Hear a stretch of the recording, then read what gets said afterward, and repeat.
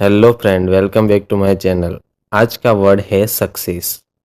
Success success का हिंदी में अर्थ होता है सफलता, कामयाबी, विजय, उपलब्धि।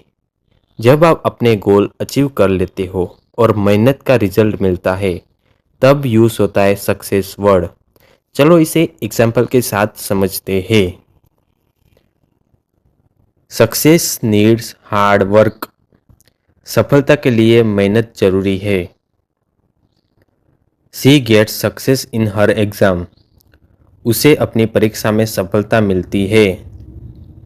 We work for success. हम सफलता के लिए काम करते हैं।